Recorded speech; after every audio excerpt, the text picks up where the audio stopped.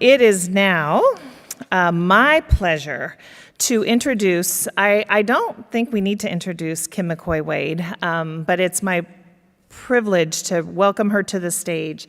California was the first in the nation and continues to lead all other states with the creation of a leadership position within the governor's office focused solely on aging, disability, and Alzheimer's.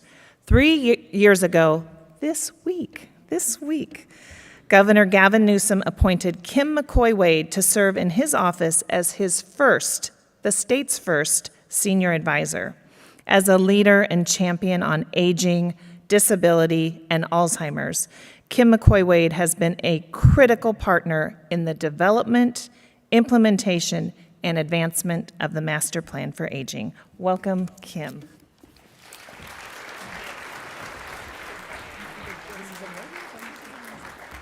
Well, and 3 years ago today, he also appointed Susan Damaris as the director of the California Department of Aging. So, here we are together, and I have to say, I'm blown away. I thought I knew what I was walking into, but I'm blown away once again by this community. We have 4 years of nation-leading progress to celebrate. And I do want to take a moment to thank our founding Secretary, Mark Galley, our founding Undersecretary, Mark Omich, and I couldn't be more excited about our new leader in Colorado, but with us in spirit, Secretary Kim Johnson, who's going to take us to even greater heights. So, you know, in a 10-year plan, this has always been one of the questions. What's going to happen when the governor changes? What's going to happen when this changes or that changes? Well, we know it keeps going. It gets stronger. We change titles, we change faces, we change chairs, we change organizations, but the movement keeps growing, and it must. It must. So we're leading the way.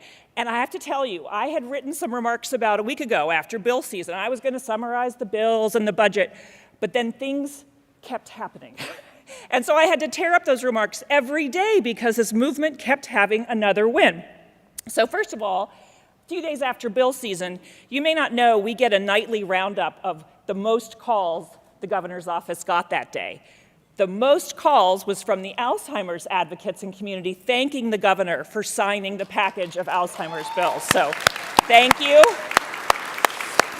And it may not surprise you, but a thank you call is often not the first number of calls that we get, so that was noticed by many people. But then it went on.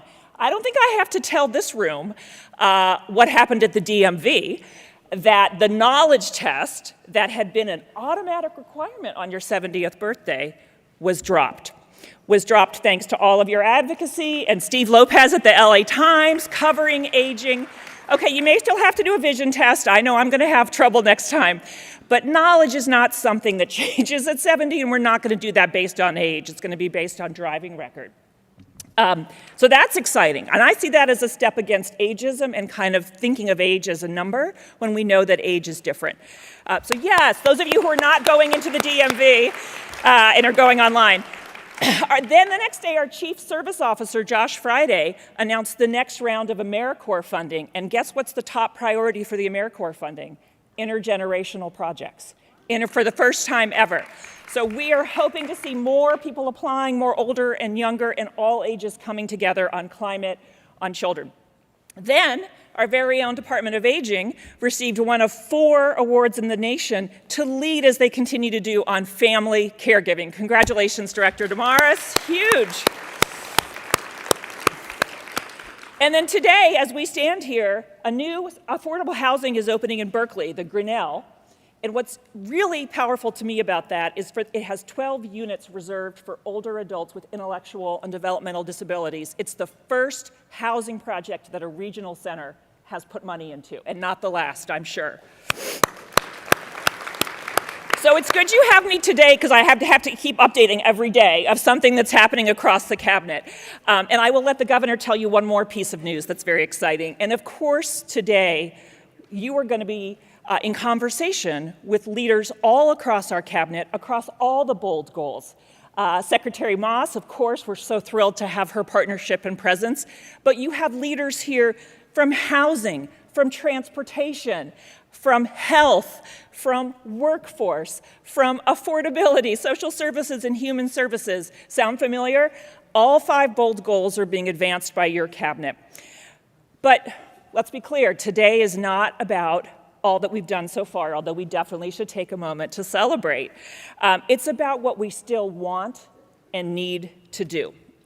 Too many older and disabled adults face loneliness. Too many face the unaffordable costs of elder and disability care.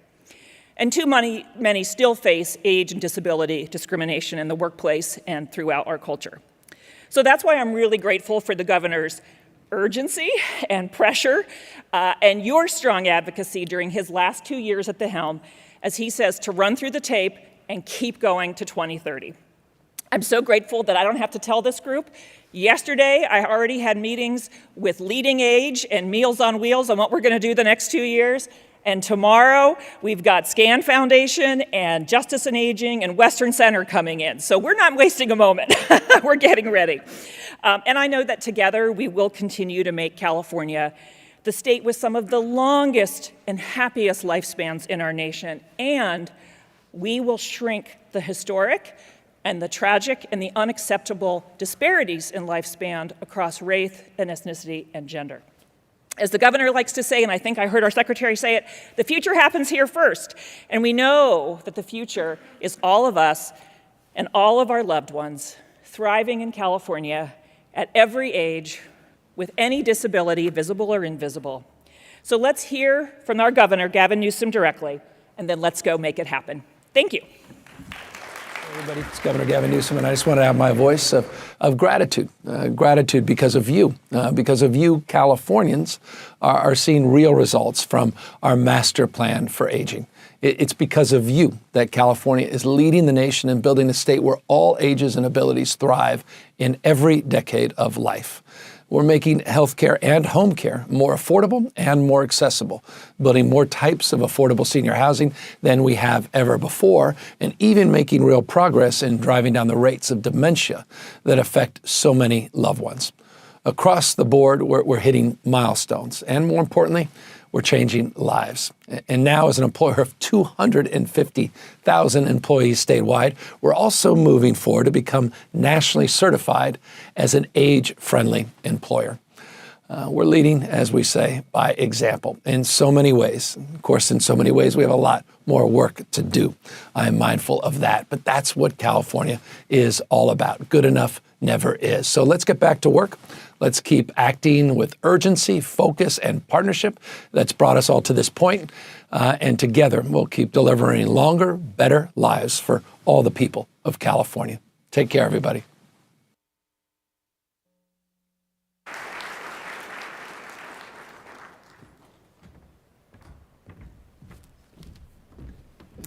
Thank you, Governor Newsom, and Kim McCoy-Wade. Thank you for that roundup. I learned several things from you. Things are happening, progress is happening so rapidly. It's now, I'm incredibly grateful that we have the honor of being joined this morning by California's State Senate President Pro Tem, Senator Mike McGuire. Senator McGuire represents State Senate District 2, and this is why I'm grateful he's here, because he has a lot of miles to cover in his district. His district spans from the Golden Gate Bridge to the Oregon border, and it includes 7 North Coast counties. A third-generation Californian, Senator McGuire was first elected to office 10 years ago, serving as Senate Majority Leader, and as of February of this year, we have been so fortunate to have Senator McGuire leading the state Senate as their President Pro Tem. Senator McGuire, thank you so much for being here. Thank you so much. Thank you. Good morning. How the heck's everybody doing? You got the coffee, you're ready to roll, am I right? Hot dang, it is an honor to be with you. If we could please give a round of applause to Director DeMorris. Come on now, let me hear you loud and proud. Thank you to Advisor McCoy-Wade, and of course, a big congratulations to Secretary Johnson on the new position. If we can give her a round of applause as well. Congrats. First and foremost, I just want to say how excited I am to be here with you. I'm grateful to each and every one of you. I'm especially grateful for your amazing work. I want to say thank you. Thank you for organizing. Thank you for mobilizing today. And we are so appreciative that you're moving the master plan forward. Look, like millions of California kids, I was raised by my mom and grandma. And they worked incredibly hard and gave everything they had to be able to put food on the table, pay the rent, and put a roof over our head.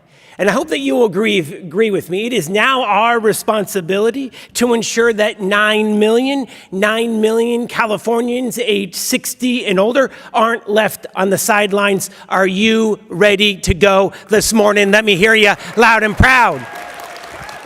And thanks to the leadership of each of you in this room, we're going to get the job done for older adults. So let's talk about how California, thanks to each and every one of you, how California is stepping up. You know, by 2030, nearly 11 million Californians will be older adults, about 1/4 of the Golden State's population. In some communities, like the county that I call home in the county of Sonoma, we have 1 in 3 adults that will be over the age of 60. It is a population shift that we simply can't ignore. And so today, before we focus on the challenges that are in front of us and the solutions that are needed, I think we need to take a small pause to celebrate how far we have come, thanks to each and every one of you in this beautiful convention center. You know, when I started as the Human Services Chair 10 years ago, the IHSS program was near collapse. It was burdened with a 7% reduction. Caregiver supports was an idea that people were just starting to talk about. And the concept of a no wrong door system, it was little more than a pipe dream. And then the pandemic hit. The pandemic hit and it shined a light on what we all knew prior to 2019. Seniors are hit with desperate isolation, lack of transportation, fragmented services, and if you're a senior in a rural county, lack of resources. So much, though, has changed then. We eliminated that 7% IHSS reduction. We have injected $1 billion to help stabilize the system and get those who are most vulnerable in this state the care that they need. We now have a master, heck to the yes, everybody, my goodness. We now have a master plan on aging, as you heard from the governor, from housing and health to inclusion, caregiving, and affordability. We have more than 23 strategies and 100 specific plans across the state backed up the data to track our progress. And we didn't stop there. We have also expanded nutrition services for seniors across this state. Tens of millions of dollars for the Meals on Wheels program, as well as similar services. We've expanded adult protective services to support seniors in crisis, $70 million. We're supporting older adults experiencing homelessness from the Home Safe program. We are broadening access to home and community-based services through CalAIM. And yes, ladies and gentlemen, we have provided training for IHSS caregivers, and we want to say thank you. None of this would have been accomplished without your advocacy. Now, we know that we got work to do. And despite these major gains in services, we got to continue pushing forward. This year, 2025, the year ahead of us, we've got a big year to accomplish some big things for older adults. Number one, we need to continue our laser focus on older adults facing homelessness, one of the largest demographics right now. Are you ready to go? We need to be able to continue to focus on older adults in some of the most vulnerable communities that are impacted by the climate crisis, whether it is record heat, evacuating from fires or floods. We need to continue to build more affordable senior housing in every corner of this state. Are you ready to go? Let me hear you. We need to enhance community-based services to help some of the most vulnerable. We need to also assist those in the forgotten middle. And I know that each of you are relentless in your pursuit for older adults. Your tenacity, your vision, your grit, not only is it moving the needle, You are literally changing lives. And I look forward to our continued work together. It is on all of us in this room today to uplift our aging neighbors. And together, we are going to get the job done. Thank you so much for allowing me to be here. Thank you for your amazing work. And let's give it up for the older adults that we are here to serve. God bless you. And now God bless California. Thank you, everybody. Thank you so much for having me.